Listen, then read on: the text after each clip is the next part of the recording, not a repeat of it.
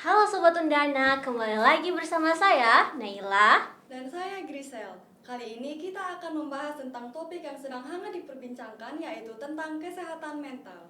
Topik kita itu adalah jaga mental, jaga masa depan. Dan saat ini kita tidak sendirian, tetapi ditemani oleh narasumber keren dari layanan psikologi terpadu Undana. Halo Kak, boleh kenalan dulu dan menceritakan kesibukan belakangan ini. Halo Naila, halo Grisel. Perkenalkan, nama saya Serlinda Christine Aldirasana, biasa dipanggil Serly. Saya adalah seorang psikolog klinis dan juga saat ini dipercayakan untuk mengajar di Prodi Psikologi Fakultas FKM ya di Undana. Seperti itu. Baik Kak, lalu kami mau bertanya, bisakah Kakak memberikan penjelasan tentang perbedaan antara psikolog dan psikiater? Karena banyak orang yang bingung untuk membedakan apa itu psikolog dan juga psikiater. Oke, kalau perbedaannya, kalau psikolog itu adalah seseorang yang lulusannya dari S1 psikologi dan mengambil profesi sebagai seorang psikolog seperti itu. Kalau psikiater latar belakangnya adalah dari fakultas kedokteran gitu. Jadi karena latar belakangnya berbeda, wewenangnya juga berbeda gitu. Kalau psikiater punya wewenang untuk memberikan obat seperti itu untuk pasien-pasiennya. Jadi beda ya kewenangannya dengan psikolog seperti itu. Nah Ibu, sekarang banyak banget nih teman-teman yang mendiagnosa dirinya sendiri bahwa dia itu mengenap gangguan jiwa dan lain-lain Ibu. Menurut Ibu bahaya nggak sih Ibu? Jadi tentang self diagnose ya. Iya. Jadi mendiagnosis diri sendiri. Nah, bahayanya karena kadang orang-orang tersebut itu belum paham apa yang dimaksud dengan berbagai penyakit mental yang dialami gitu. Jadi misalkan scroll dari medsos, scroll dari TikTok, Instagram misalkan dan lain-lain, lalu melihat oh ini kayaknya saya mengalami contohnya bipolar nih, atau kayaknya saya sudah mulai skizo, saya mulai depresi nih, akhirnya melabeli diri sendiri. Kalau sudah melabeli diri sendiri itu bisa jadi kan itu diagnosisnya benar, bisa juga tidak gitu. Akhirnya malah semakin cemas, semakin bingung dengan apa yang dialami oleh diri seperti itu, dan akhirnya penanganan yang diberikan kepada diri sendiri kurang tepat karena sebenarnya dia tidak tahu apa yang dialami. Jadi asal telan mentah-mentah lah begitu dari apa yang dilihat di misalnya dari media sosial dan lain-lain yang belum tentu tepat. Jadi memang akan lebih baik kalau misalnya mau mengetahui tentang apa yang dialami langsung berkonsultasi saja. Betul, boleh, sangat diperbolehkan untuk konsultasi ke ahlinya seperti itu supaya semakin mengenal diri sendiri dengan baik dan jangan atau tidak melabeli diri sendiri dengan berbagai macam jargon-jargon yang belum tentu benar. Misalnya itu tadi sedikit-sedikit oh ini karena saya bipolar nih, atau oh dia begini karena dia NPD. Nah itu paling sering ya itu dia tuh NPD padahal mungkin belum tentu tepat seperti itu.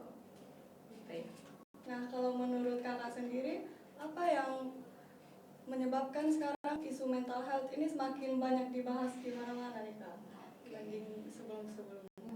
Karena ini ya, semakin orang-orang tuh semakin sadar dengan pentingnya kesehatan mental.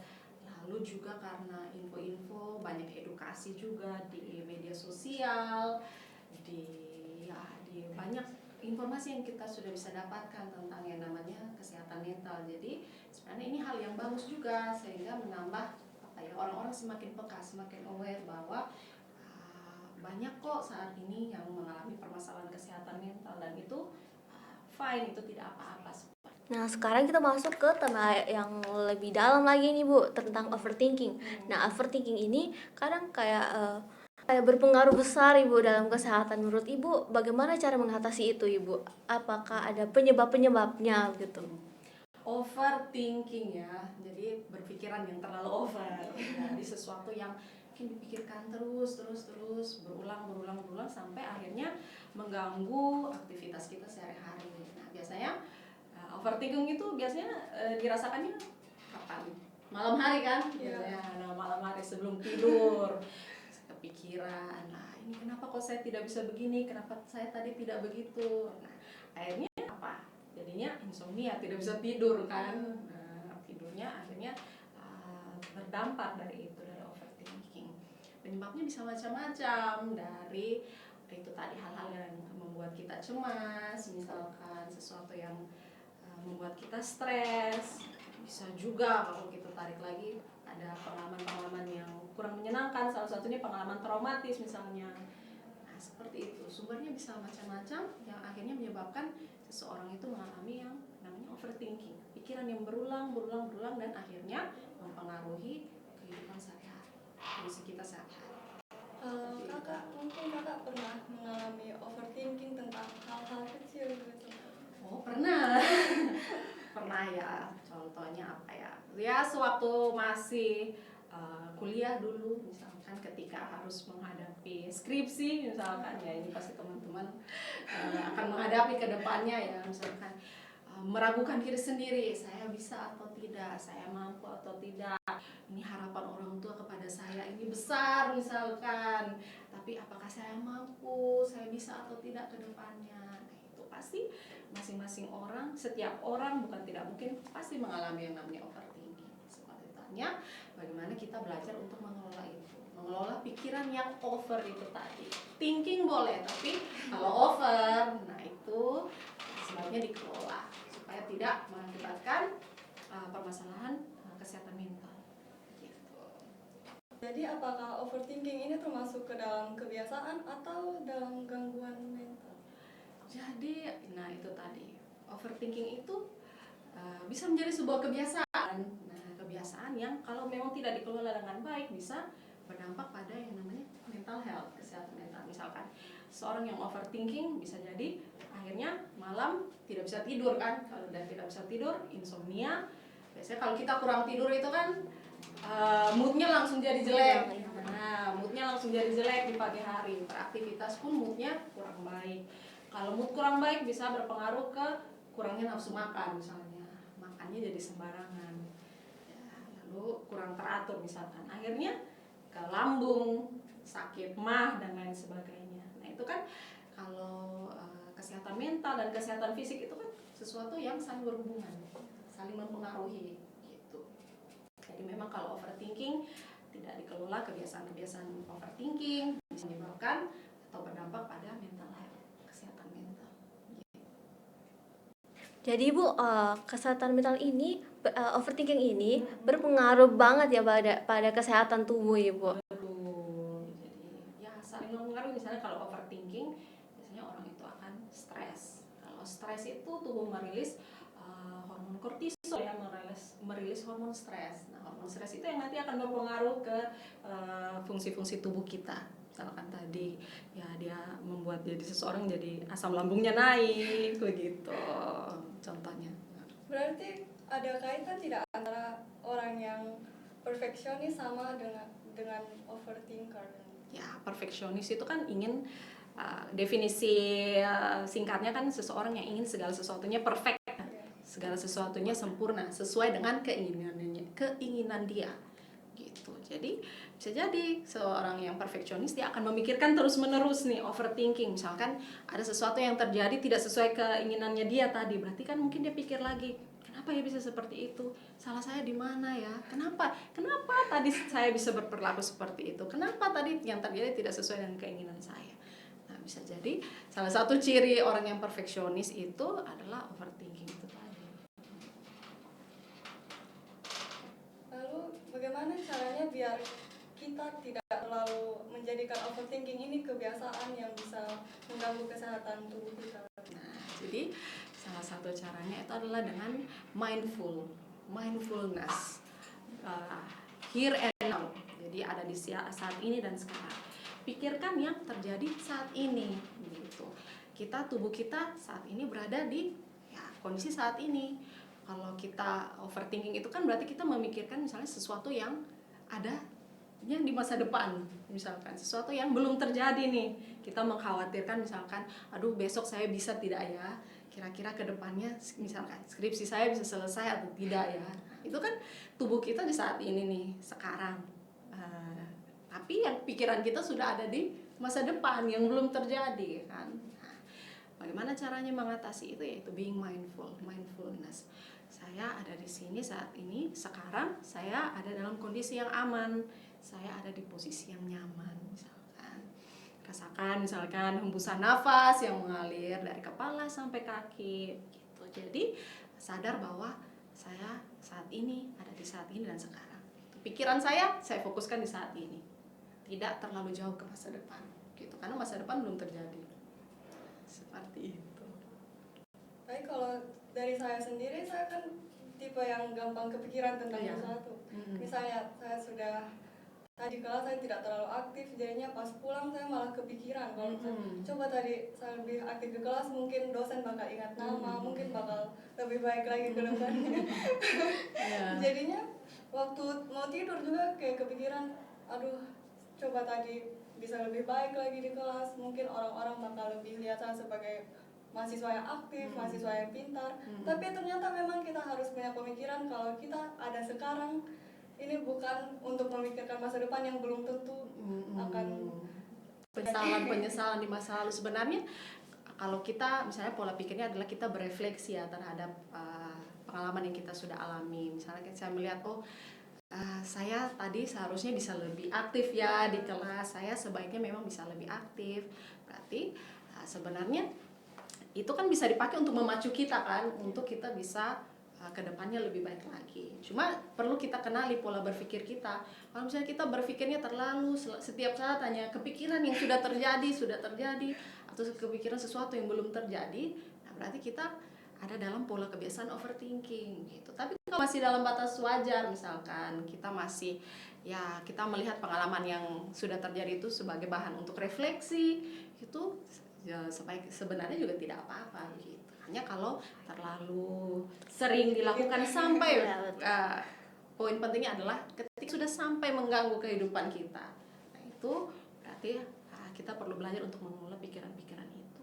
Karena sebenarnya pikiran itu kan membantu kita untuk berefleksi kan, memikirkan apa yang terjadi di masa lalu itu membantu kita berefleksi. Memikirkan sesuatu yang terjadi di masa depan itu kan membuat kita mengantisipasi kan, ke depannya saya bisa seperti ini, ke depannya saya bisa prepare untuk lebih baik lagi gitu. Sebenarnya pikiran-pikiran itu tuh wajar, tapi ingat upaya tidak berlebihan. Seperti itu. Karena semuanya kan bermanfaat untuk kita. Kita berefleksi, kalau memikirkan masa lalu kita berefleksi, masa depan kita mengantisipasi.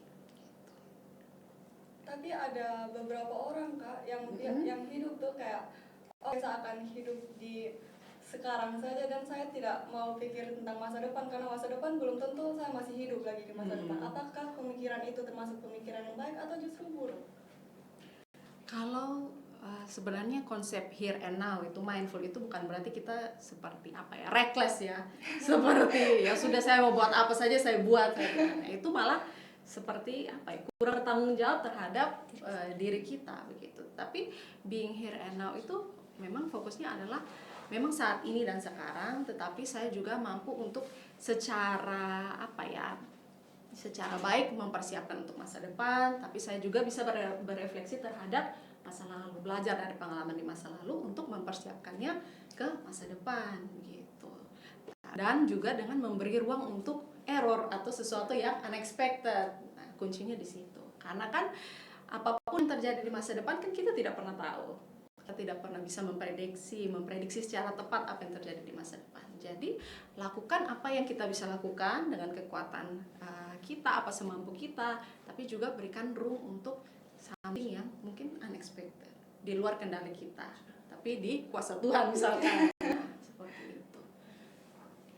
Lalu kalau misalnya ada orang yang terlalu menjadikan overthinking ini kebiasaan, apakah dia harus berkonsultasi dengan pihak yang lebih profesional? Ya, karena biasanya overthinking itu kita lihat sebagai suatu simptom ya. Jadi hanya permukaan atas. Bisa jadi di balik itu semua ada problem-problem kesehatan mental yang perlu untuk dilihat atau dikelola lebih lanjut lagi. Misalnya ciri-ciri orang dengan kecemasan itu bisa pikirannya kan overthinking, pikiran yang terus-menerus mengenai masa depan yang belum pasti. Bisa juga orang dengan indikasi depresi itu juga bisa jadi seseorang yang selalu overthinking, memikirkan suatu hal yang mungkin terjadi di masa lalu yang masih disesali. Jadi kita lihat overthinking itu sebagai suatu puncak dari gunung es bisa jadi. Jadi di balik itu semua ada problem-problem lain. Lalu selanjutnya kita akan masuk ke topik kedua, yaitu tentang stres. Nah, saya mau bertanya, apakah ada perbedaan antara stres, burnout, dan juga kelelahan biasa, Kak? Oke. Kalau stres itu sebenarnya adalah reaksi normal terhadap situasi yang tidak normal ya. Jadi stres itu wajar. Stres itu wajar ya dialami. Siapa di sini yang tidak pernah stres? Semua pasti pernah. Tidak. Semua pasti pernah stres ya. Nah, stres yang terjadi terus-menerus, yang tidak terkelola dengan baik, nah itu yang menghasilkan namanya burnout. Kelelahan kronis ya kalau kata lainnya burnout. Gitu. Nah, bedanya dengan kelelahan ya, kelelahan biasa misalnya ya kita beraktivitas seharian misalkan, lalu menghabiskan banyak energi, ya pasti wajar yang namanya kelelahan, baik itu fisik atau secara emosional juga, misalnya dihadapkan dengan tekanan misalnya dari pagi sampai malam misalkan. Jadi kelelahan ya wajar untuk dialami masing-masing individu. Berarti overthinking sama stres ini berkaitan ya? Berkaitan, betul. Jadi ya misalkan ya sesuatu yang dipikirkan terus-menerus akhirnya itu membuat jadi stres. Stres tidak terkelola dengan baik ya bisa jadi berujung ke itu tadi, burnout, kelelahan yang kronis. Gitu. Soalnya kalau misalnya dilihat-lihat sekarang, Kak, banyak yang bilang kalau dia mengalami burnout misalnya di pekerjaan, di kuliah, di sekolah gitu kan. Apakah itu juga termasuk self diagnose atau memang dia mengalami burnout? Jadi kalau burnout itu ya itu tadi ya definisinya ya apa ya, kelelahan kronis ya, kelelahan kronis yang memang itu biasanya ditemui di misalkan di lingkungan kerja, misalkan ya seseorang yang sudah merasa kelelahan secara tidak saja fisik tapi jadi dari emosional juga sudah mengalami itu. Jadi kalau sebenarnya itu bisa kita kenali, bisa kita deteksi ya ketika misalkan sudah sampai kelelahan, kita rasakan secara fisik sudah tidak ada semangat lagi untuk misalnya pergi ke kantor, ke kuliah, secara emosional, secara psikologis juga kita rasa juga sudah sangat-sangat melelahkan. Tidak ada salahnya untuk berkonsultasi dengan profesional. Nah, berarti Ibu kalau burnout itu seperti kayak malas melakukan hal-hal yang berturut-turut, berulang-ulang begitu kan Ibu, atau bagaimana? Sebenarnya itu salah satu simptomnya ketika seseorang mengalami yang burnout itu. Yang namanya ya api yang sudah sudah habis flame-nya, sudah jadi arang, ya sudah itu tidak bisa diapa-apain lagi misalkan. Sudah tidak ada sesuatu yang membakar lagi ya bisa jadi dilihat dari perilaku yang terlihat, misalkan sudah tidak mau untuk beraktivitas misalkan, sudah tidak ada semangat lagi. Nah, itu yang nanti bisa kita lihat indikasinya ini gangguan apa ini. Lalu kalau dilihat sekarang kan kayak trennya, bukan tren juga sih, tapi yang banyak terjadi itu anak-anak muda banyak yang merasa kalau dia itu sudah memasuki dalam tahap stres berat. Jadinya dia merasa kayak, oh saya tidak mau buat ini lagi karena saya sedang mengalami stres, dan itu dia jadikan sebagai alasan untuk tidak melakukan apa-apa. Apakah memang stres ini membutuhkan istirahat yang total, atau mungkin orang yang stres juga sebenarnya bisa melakukan sesuatu, tetapi apakah ada sesuatu untuk menghindari? Jadi sebenarnya memang kita perlu untuk mengenali gejala-gejala stres ya dalam aktivitas kita sehari-hari. Stres itu wajar, sesuatu yang wajar ya. Tidak wajar kalau misalkan stresnya itu kita rasa sudah tidak bisa terkelola lagi. Biasanya dampaknya ke apa? Misalnya ke katakanlah kognitif, ke pikiran ya. Misalkan kita jadi sulit untuk konsentrasi, sulit untuk mengingat, misalkan sulit untuk fokus. Nah, itu kognitif. Emosi, perasaan, misalkan sedih terus-menerus atau marah, terus-terusan marah tanpa alasan yang jelas misalkan. Itu dari kita lihat dari emosi. Dari perilaku misalkan jadi menarik diri dari lingkungan misalkan, lebih sering mengurung diri, atau perilaku yang mengarah ke agresivitas misalkan, atau sudah sampai ke tahapan menyakiti diri sendiri misalkan. Nah, itu kan tanda-tanda yang kita bisa kenali pada diri kita sendiri. Jadi kalau sudah ada tanda-tanda itu bisa jadi stresnya itu sudah menumpuk dan akhirnya menjadi suatu indikasi problem kesehatan mental tertentu. Gitu. Nah, menurut Ibu bagaimana cara mengatasi stresnya Ibu? Terus bagaimana apalagi kalau misalnya dia punya stres itu berlebihan banget Ibu, menurut Ibu bagaimana? Cara mengatasinya Iya. ya. Jadi namanya stres itu sebenarnya suatu hal yang wajar begitu. Jadi tidak wajar kalau kita rasa sudah sangat mempengaruhi aktivitas kita sehari-hari, kita menjadi tidak bisa berfungsi dengan baik. Itu tadi berdampak pada kognitif, emosi, perilaku. Nah, itu tanda-tanda yang bisa kita kenali. Apa yang bisa kita lakukan? Ada yang istilahnya sebagai coping stress. Cara mengelola stres. Coping stresnya bisa yang kita hadapi adalah penyebab stresnya ini apa. Nah, kita langsung ke penyebabnya. Misalkan kita menunda-nunda mengerjakan tugas, mengerjakan skripsi, itu kan pemicu stres ya, stresor istilahnya. Nah, itu yang kita sasar, kita selesaikan sumber stresnya. Tapi kalau misalnya itu tidak bisa dilakukan, berarti yang kita kelola adalah emosional kita, emosi kita. Coping stresnya bisa macam-macam, mengatasi yang diri kita sendiri, misalkan dengan melakukan hobi, nah gitu ya, berolahraga, misalkan nonton film, mendengarkan musik, ya banyak ya cara-cara untuk mengelola stres. Gitu. Lakukan aktivitas yang kita sukai, seperti itu. Lalu juga dengan menjaga pola makan. Nah, karena para ahli itu mengatakan otak kita tuh sebenarnya ada dua. Jadi satu di otak, di brain, tapi juga di perut begitu. Jadi sangat mempengaruhi mengelola pola makan. Habit kita sehari-hari itu sangat mempengaruhi bagaimana kita bisa mengelola atau mengatasi stres. Nah, kalau cara-cara yang dilakukan itu masih dirasa kurang bisa membantu kita dalam mengatasi stres yang dialami, tidak ada salahnya untuk berkonsultasi ke profesional, ke psikolog, psikiater, konselor, dan lain sebagainya. Nah Kak, saya ada kenalan, Ya. dia ini tipe yang suka menunda-nunda pekerjaan. Ya. Nah, karena dia suka tunda-tunda pekerjaan, jadinya dianya stres. Lalu saya kasih tahu ke dia untuk jangan ditunda-tunda pekerjaannya, biar jangan bertumpuk dan malah bikin stres. Dia kerjakan tugasnya, tapi setelahnya dapat tugas baru lagi, dia malah tunda-tunda lagi. Apakah itu hal yang wajar? Ya, jadi istilahnya seperti prokrastinasi ya. Jadi sebenarnya prokrastinasi itu kalau dilihat-lihat bisa jadi salah satu penyebabnya adalah cemas, anxiety, takut, misalnya takut tidak bisa menyelesaikan tugas dengan baik, takut tugas itu tidak seperti yang saya inginkan penyelesaiannya gitu. Berarti penyebabnya itu sebenarnya di rasa cemasnya itu. Nah, rasa cemasnya itu yang harus dikelola dulu. Misalkan cemas, berarti yang bisa dilakukan adalah berbagai macam untuk yang prokrastinasi maksud saya.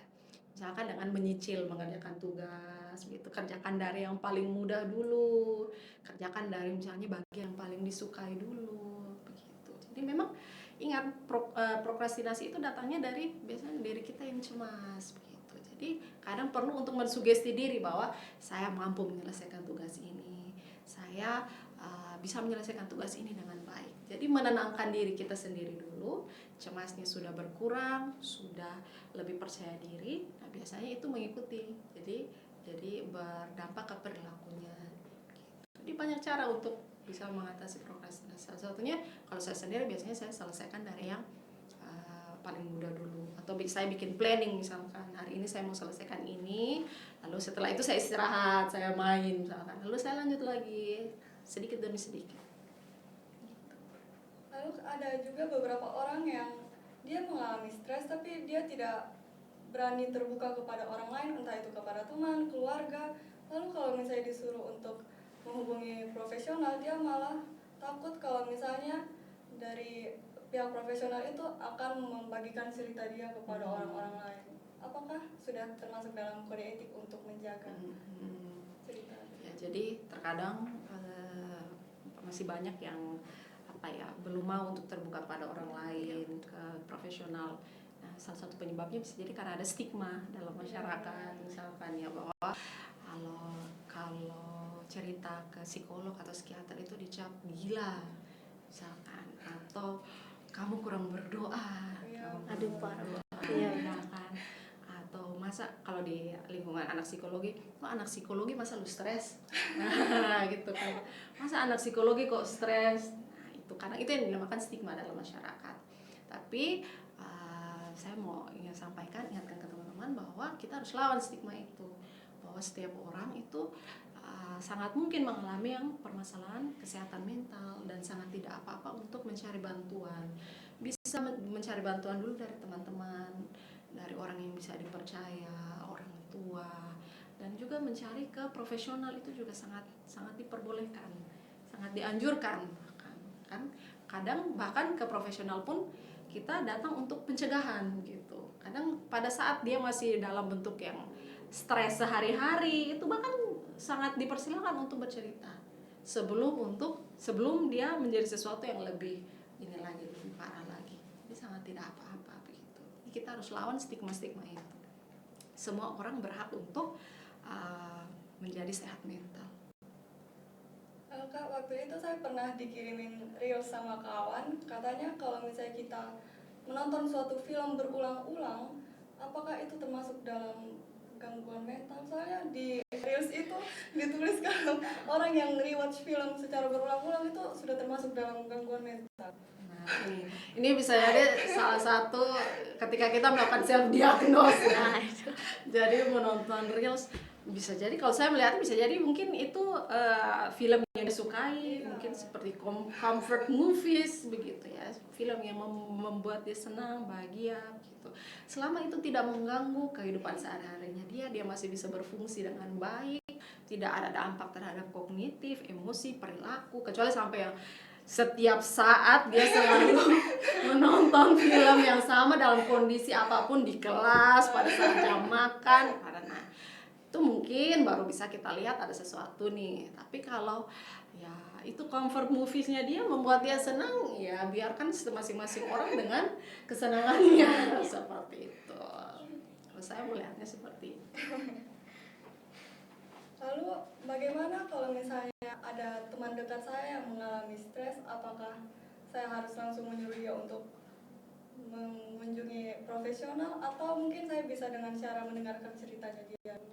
Kalau ada teman kita yang stres ya, kadang kita sendiri pun kita mampu atau bisa untuk menjadi konselornya dia. Nah, konselornya, yang penting kita menyiapkan diri kita untuk mendengarkan. Sebenarnya itu saja yang kadang dibutuhkan oleh orang. Kadang mereka tidak butuh nasihat yang kamu harus begini, lu harus begini, Luna, coba waktu itu kamu dengar apa yang saya bilang. Nah, itu dia tambah stres. Jadi terkadang kehadiran kita sebagai pendengar yang baik, kadang kita ada di samping orang itu saja, mendengarkan, sambil mendengarkan dia menangis mungkin, itu saja sudah menjadi sumber support untuk dia gitu. Kalau di psikologi biasanya kita latihkan untuk melakukan psychological first aid, pertolongan pertama psikologis gitu. Jadi melihat, mendengarkan, dan menghubungkan. Kita melihat apa yang paling dibutuhkan oleh orang tersebut, teman kita tersebut, lalu kita mendengar, listening begitu. Jadi mendengar apa yang sebenarnya ingin dia sampaikan, ingin dia ceritakan. Lalu yang ketiga, menghubungkan itu tadi. Kalau kita melihat, sepertinya dia sudah butuh pertolongan lebih lanjut, misalkan pertolongan dari profesional, itu boleh kita menghubungkan. Jadi pertama kita berdayakan diri kita dulu. Kita mengenali apa yang sebenarnya terjadi pada dia, apa yang dia butuhkan, mendengar lalu menghubungkan. Seperti itu. Bagaimana kalau misalnya orang yang mengalami stres ini tipe yang penyendiri gitu kan? Maksudnya dia tidak memendam semuanya sendiri. Iya, dia memendam semuanya sendiri. Nah, itu memang sulit ya. Kadang kita juga tidak bisa memaksakan bahwa coba lu cerita dong, atau kamu cerita dong, pasti saya bisa menyelesaikan. Kadang orang-orang seperti itu butuh space, butuh untuk setidaknya dia tahu bahwa kita hadir di situ. Saya ada, saya bisa membantu kamu. Ayo kita selesaikan bareng-bareng. Apa yang bisa saya bantu? Begitu. Jadi setiap orang dengan preferensinya masing-masing. Apalagi kalau yang suka memendam, suka lebih banyak sendiri, ya sudah, kita berikan space, tapi kita tunjukkan bahwa saya ada di sini kalau kamu membutuhkan saya.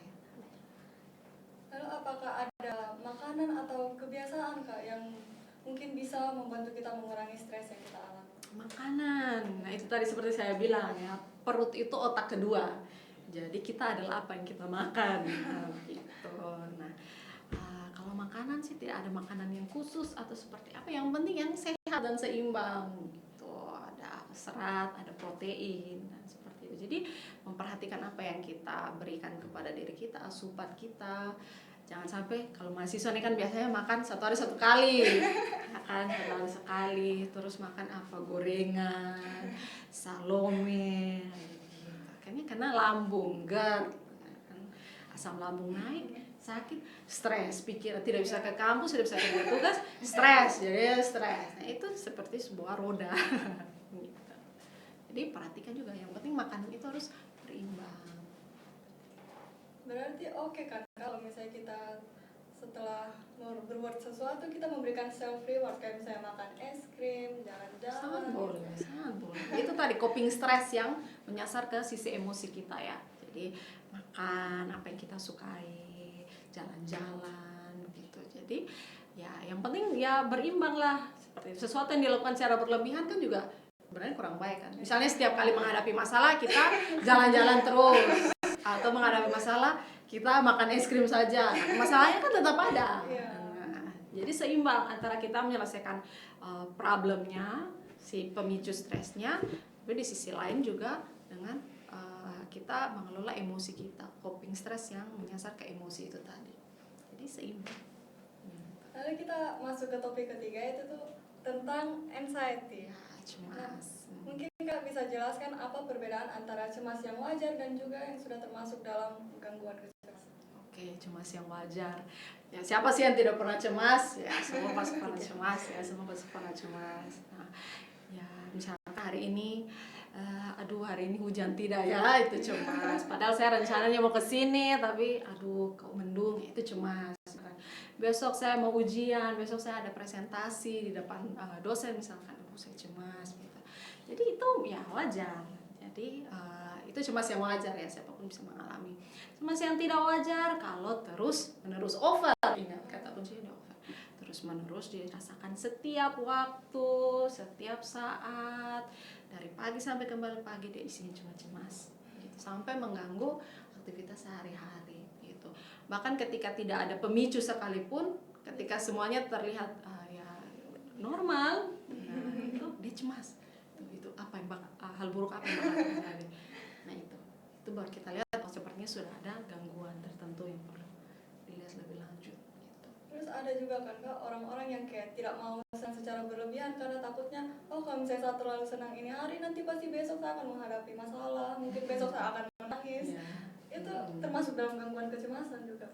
Nah itu kadang kita lihat itu mungkin itu pikiran-pikiran yang memicu stres, memicu cemas ya, seperti itu, bahwa saya tidak mau terlalu senang karena besok pasti akan ada sesuatu. Itu berarti kan tidak mindful kan, tidak ada di saat ini dan sekarang gitu, memikirkan sesuatu yang belum terjadi begitu. Jadi memang kalau pemikiran-pemikiran tersebut kita kita pelihara ya, kita terus menerus punya pemikiran seperti itu, ya bisa jadi kita akan terus menerus cemas gitu. Bisa jadi kita tidak akan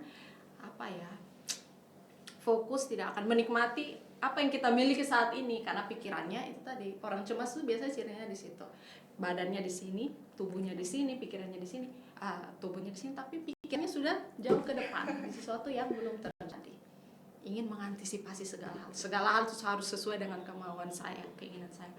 Padahal kan itu di luar dari kontrol kita sebagai manusia. Jadi pilih apa yang kita bisa kontrol, apa yang bisa kita kelola. Seperti itu. Nah Ibu, kalau begitu bagaimana cara mengatasi anxiety itu ya yang terus berulang-ulang Bu? Itu tadi yang pertama seperti saya bilang, mindful ya, fokus saat ini dengan sekarang. Bagaimana caranya bisa mindful? Bagaimana kita bisa melakukan itu ya? Fokus di nafas. Nah, gitu. Jadi tarik nafas, hembuskan, cari situasi yang tenang, atau bisa misalnya kita dalam kelas di situasi yang membuat cemas. Nah, itu kita bisa menarik nafas panjang. Fokus ya, tarik nafas panjang.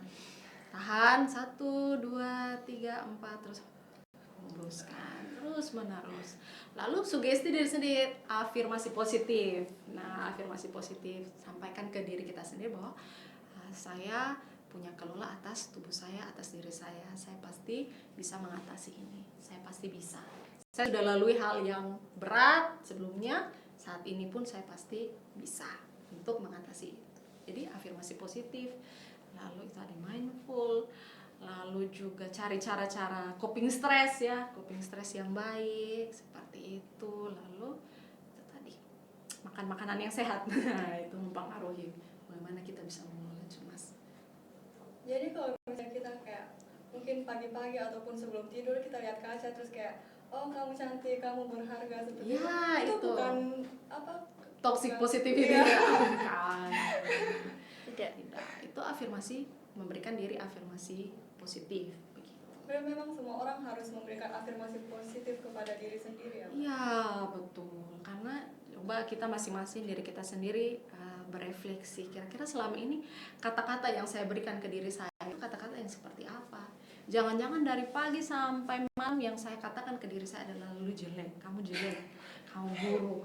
Apa yang lu lakukan tuh tidak ada yang baik. Apa yang lu lakukan tuh tidak ada yang sempurna. Kamu tuh jelek gitu. Nah, jangan-jangan yang selalu kita berikan kata-kata itu yang kita berikan ke kita pun diri.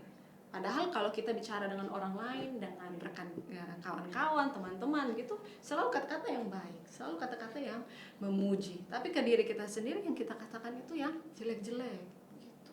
Jadi tidak ada salahnya untuk itu tadi seperti dibilang, lihat ke kaca, sampaikan bahwa kamu itu cukup. Apa yang kamu lakukan itu cukup baik hari ini, besok kita berjuang lagi. Seperti itu. Lalu selanjutnya, apakah anxiety ini bisa memicu yang namanya panic attack? Jadi panic attack itu ya salah satu cirinya adalah kecemasan seperti itu. Jadi memang ketika panic attack itu biasanya dia berangsur-angsur gitu. Jadi kita lihat tanda-tandanya itu misalnya dia dari yang awalnya misalnya dia berkeringat dulu, jantungnya berdebar deg deg deg, lalu tiba-tiba jantungnya rasa deg deg deg deg, nah berdebar dengan kencang, lalu mungkin dia sudah nafasnya sudah tidak bisa tidak bisa dengan normal seperti biasanya, sampai mungkin dia sudah tahapan kesulitan untuk bernafas, bisa jadi sampai kehilangan kesadaran. Nah, itu ciri-ciri panic attack, dan salah satu gejala dasarnya itu cemas, anxiety. Lalu kenapa hal-hal seperti overthinking dan juga anxiety ini lebih sering munculnya itu saat di malam hari, saat kita mau tidur gitu Kak? Karena mungkin pada saat kita mau tidur itu kita kan sendiri ya, kondisinya pada saat kita sendiri biasanya itu jam-jam dimana otak itu akan mungkin berefleksi, terus kemudian mulai mengingat-ingat ya, aduh tadi saya buat apa, atau besok nih bagaimana gitu.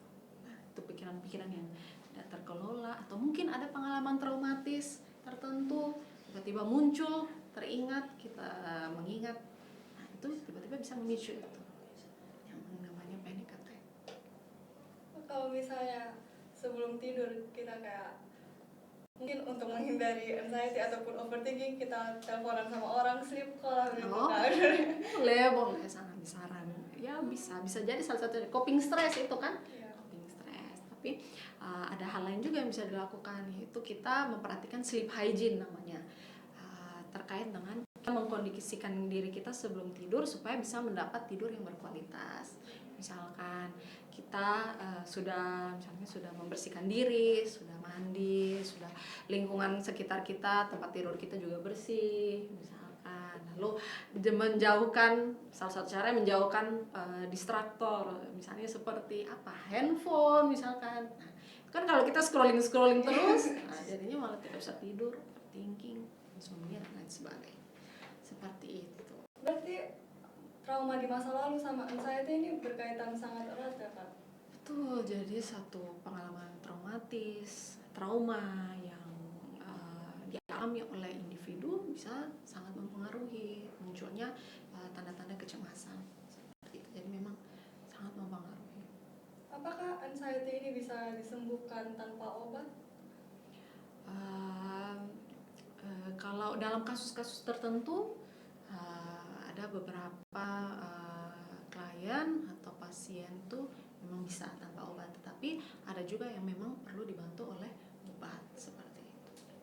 Jadi semuanya tergantung sesuai individunya sendiri, lalu keparahan dari anxiety yang dialami seperti itu. Dan kalau menurut kakak sendiri, bagaimana cara menguatkan diri saat anxiety mulai muncul, Kak? Kan kita tidak bisa kayak antisipasi, oh anxiety jangan datang dulu gitu. Oke, jadi ada beberapa teknik ya. Kalau kita sudah mulai merasakan, oh sepertinya saya mengalami gangguan panik, misalnya panik attack misalkan, itu kan kita sudah bisa merasakan tuh, misalnya tangannya sudah mulai dingin, lalu jantung mulai berpacu dengan kencang, tidak seperti normal, lalu mulai berkeringat, nafas sesak. Nah itu kan kita bisa kenali. Itu coba tarik nafas, tahan 4 detik, lalu hembuskan.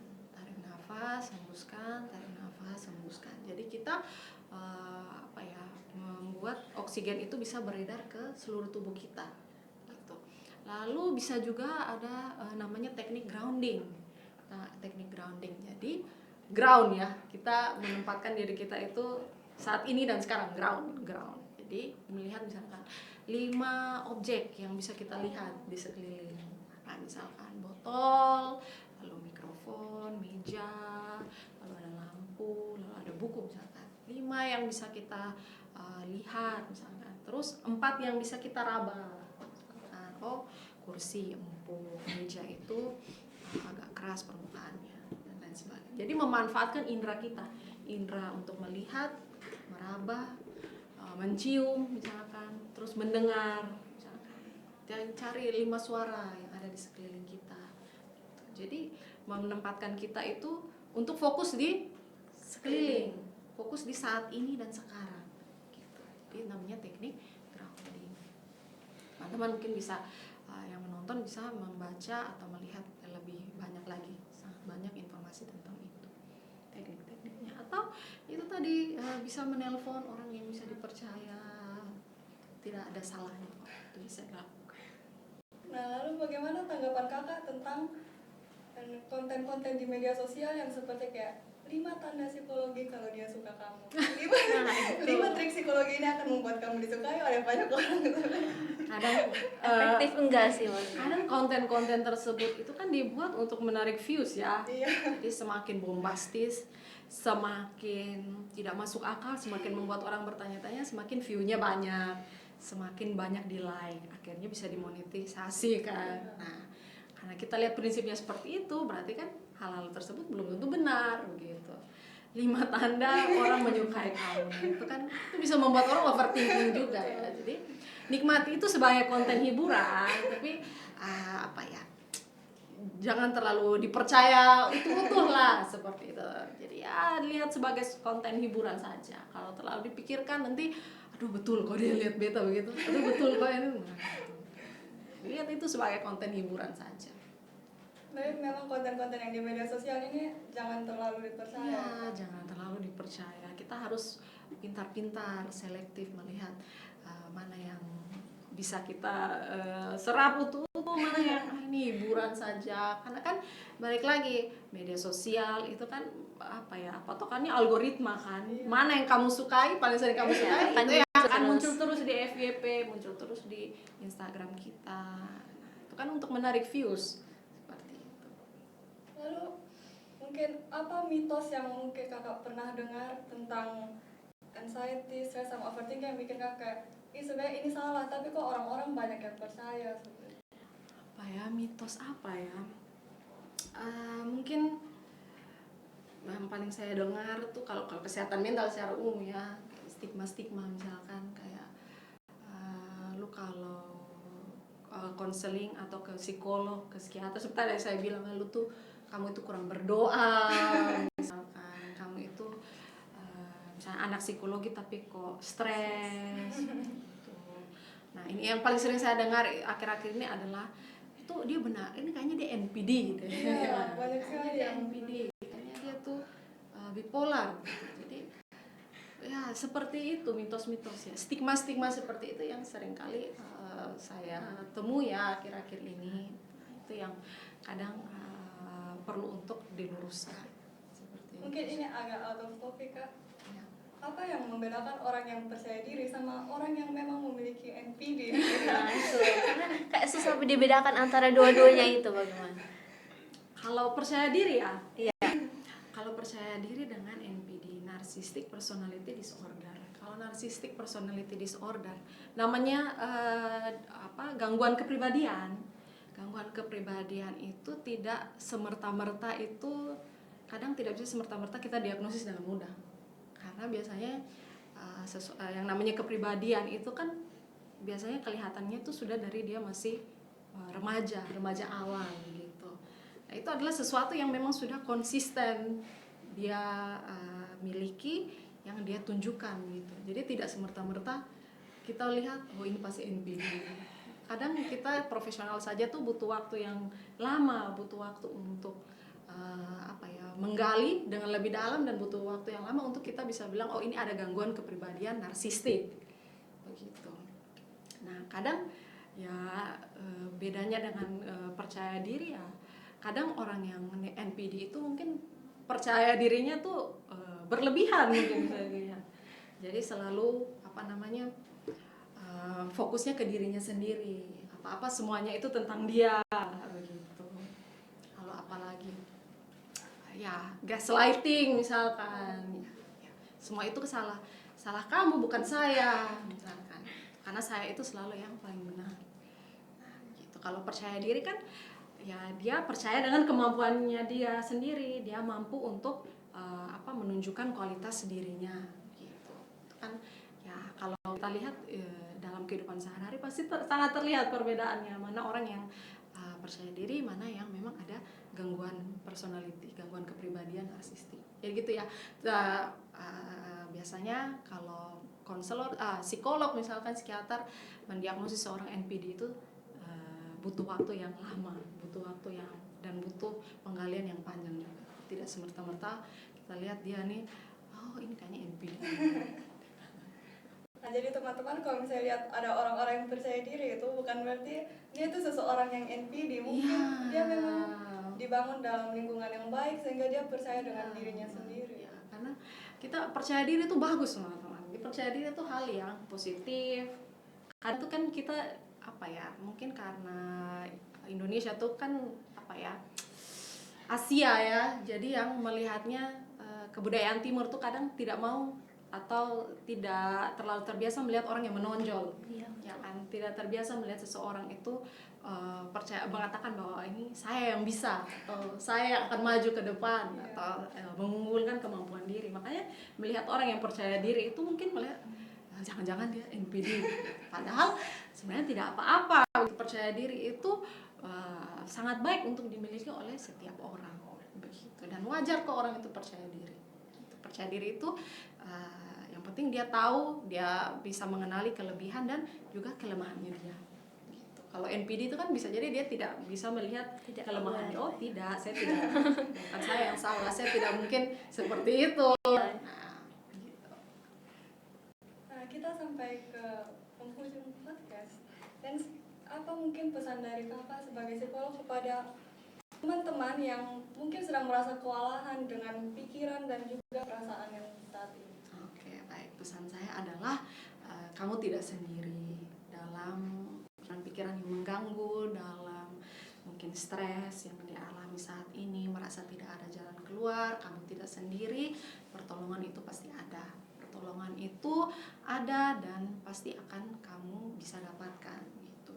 Jadi coba terbuka dengan orang-orang di sekeliling, coba untuk cari pertolongan dari profesional, karena pertolongan itu pasti ada seperti itu. Jadi kelola stres dengan baik, lalu kelola pikiran-pikiran yang selama ini negatif. Kenali kata-kata yang biasa kita sampaikan ke diri kita sendiri.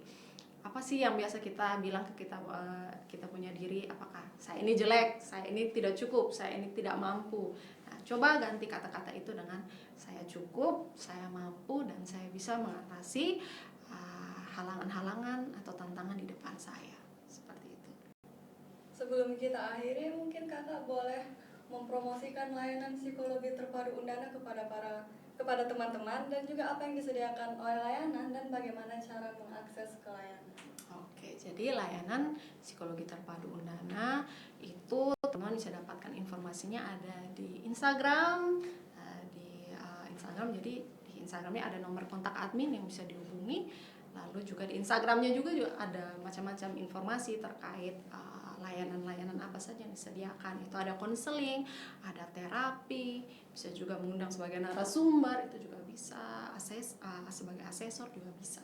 Jadi apapun layanan psikologi yang dibutuhkan, teman-teman bisa cek dan juga bisa hubungi secara langsung, terutama ya mahasiswa dan juga dosen, tendik di Undana itu free untuk konseling. Jadi silakan dimanfaatkan sebaik mungkin, karena mungkin tidak semua ya, belum ada mungkin di universitas-universitas lain yang punya akses terhadap layanan kesehatan mental seperti di Undana. Jadi untuk teman-teman Sivitas Akademika Undana silakan dimanfaatkan dengan sebaik mungkin. Nah, jadi untuk teman-teman yang merasa butuh bantuan profesional, teman-teman bisa langsung datang ke layanan psikologi terpadu Undana. Nah, mungkin ini ada akhir dari podcast kita. Obrolan kali ini benar-benar menyenangkan bersama dengan Kakak Sherly dan juga Naila sebagai host kami, dan juga saya Grisel. Mungkin sekian saja dari podcast kali ini. Terima kasih telah mendengarkan. Dadah.